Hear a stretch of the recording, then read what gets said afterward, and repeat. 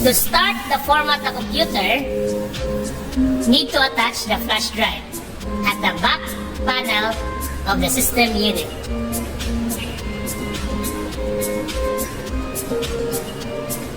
Power on the button of the system unit.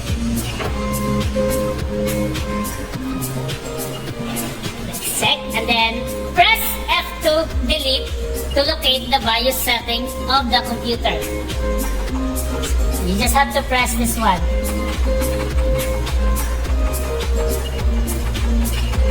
Since it does not appear the F2 and delete, we have just to press the F1 to run setup. Then, this is the BIOS settings of the computer. So, you have to select the boot menu or press F8. And then, same with the Rufus, to check the flash drive or the bootable flash drive, you have to select UEFI Kingston Data Traveler 3.0. By the way, Kingston Data Traveler is the name of the flash drive. So we have to select this one. And start of the process.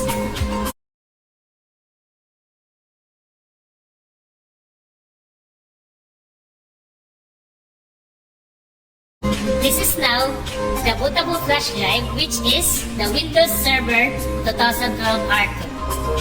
To start, install the Windows Server 2012 R2, click Next. Then install now.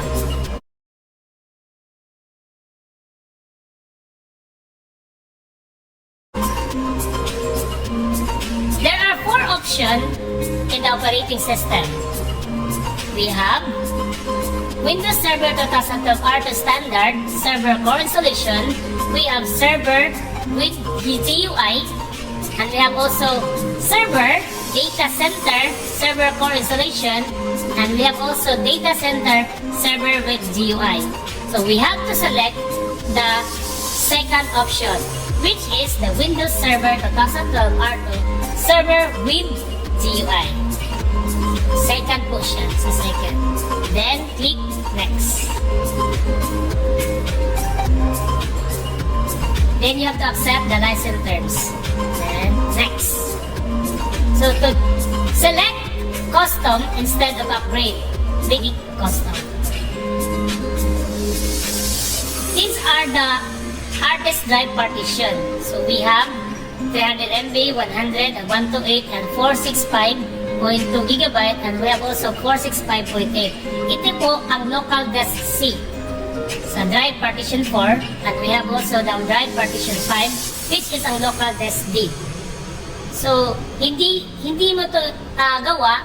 So, ang ating gagawin ay dapat i-delete natin itong lahat partition para mabago talaga siya. To totally format the partition or the computer itself. So, we have to delete this one. Delete. Okay. And total delete of the partition. Delete.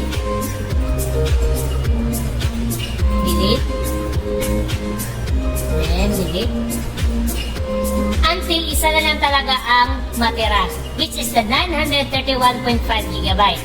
By the way, this is a 1 TB hard disk drive. To start creating a partition, we have to click New. By the way, in CSS-NC2 assessment, we have to at least create 2 partitions, the local disk C and the local disk D. If the assessor will ask a 50-50% of the partition, so we have to multiply it 0.5 by the partition itself na nandito. So, example, we have 953,865 MB, so times 0.5. So, let's try kung ano ang partition. Let's calculate.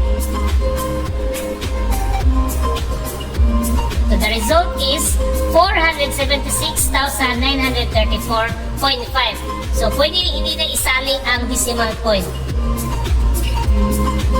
Let's change. 47694. Then we will apply. Apply, then click OK.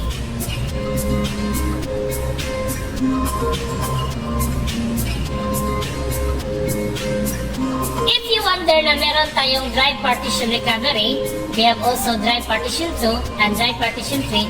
This is the system reserve or yung kailangan ng computer system na storage. So, this partition 4 is now the local disk C. Then, meron pa tayong unallocated space. Ibig sabihin, bakante pa siya. Hindi pa siya na-partition. Kaya, ito na ang local disk D na ating i-partition. So, all we have to do is to click the new. By the way, this is also a 50%.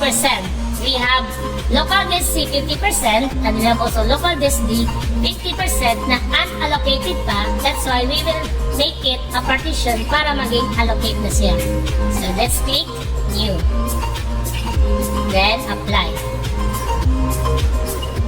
If you wonder what is partition, so it's just like English na parang pinahati siya.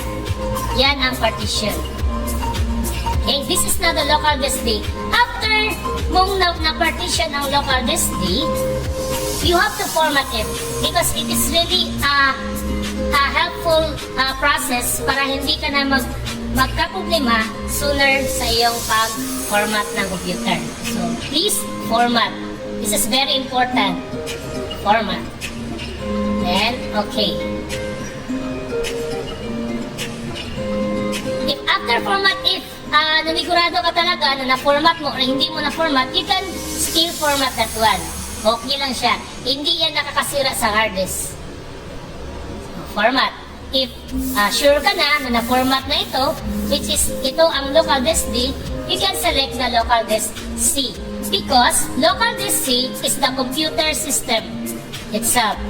Kumbaga, system, ito ang mga files na nasa, kumbaga, nandito ang mga application masave. While this one is your personal files.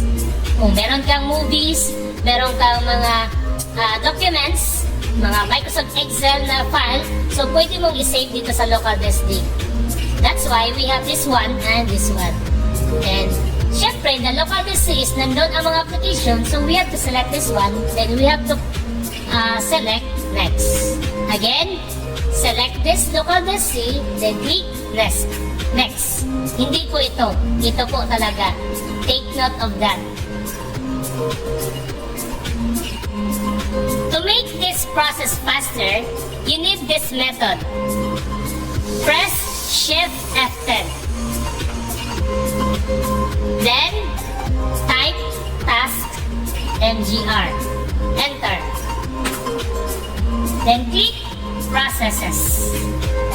Then, click the setup, yung may malaking memory allocation. Ito. Siya. So, you just have to right-click this one. Then, set priority high. So, ang focus niyan is talagang pag-process na mas madali siya. Just have to close, and wait for the process. So, siya lang talaga ang mag-restart niyan. Automatic mag-boot. After the installation. So, after the computer process, mag-restart ang computer niyan. You just have to wait. Ito na ang resulta ng kanyang pag-format. So, we have the settings, and then the default username is administrator. So, we have just to create a password. Our password is CSS@12345. Yan po talaga ang required ng assessor. Actually, capital C, then SS@12345. So, enter password, CSS@12345. If you have doubt, so you can check this one. Ito rin po. Then, click Finish.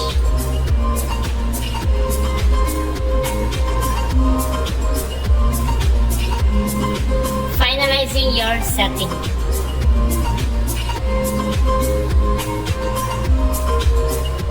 Still on the process after sa pag-enter ng password. Just have to wait.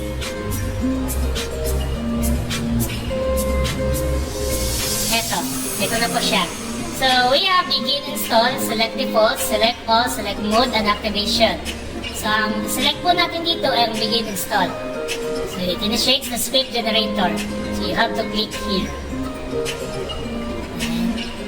So, ito na po ang result ng pag-format ng Windows Server 2012 R2.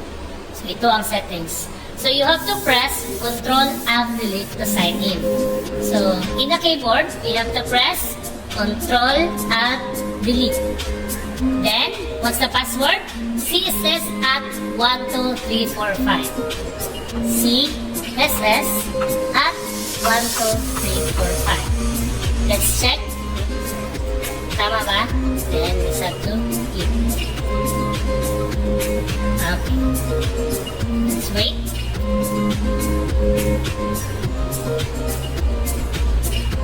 Ito na po ang result ng pag-format ng computer. So, let's check the partition if okay ba ang partition niya sa local disk C and local disk D. So, dito po yan makikita. Actually, from the default setting, the server manager will appear. So, yan po ang server manager ng Windows Server 2012 R2. You just have to close this one. Then, you have to check the local disk C and the local disk D. So, pwede po dito sa file. Then, click this one. Then, click this PC.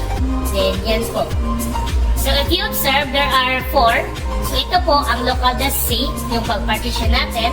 Ito rin ang local disk D, the personal file. Then, this drive key is the flash drive itself. Ito po yung flash drive for the bootable flash drive. And ito po, the DVD-RW drive is a CD. CD po yan.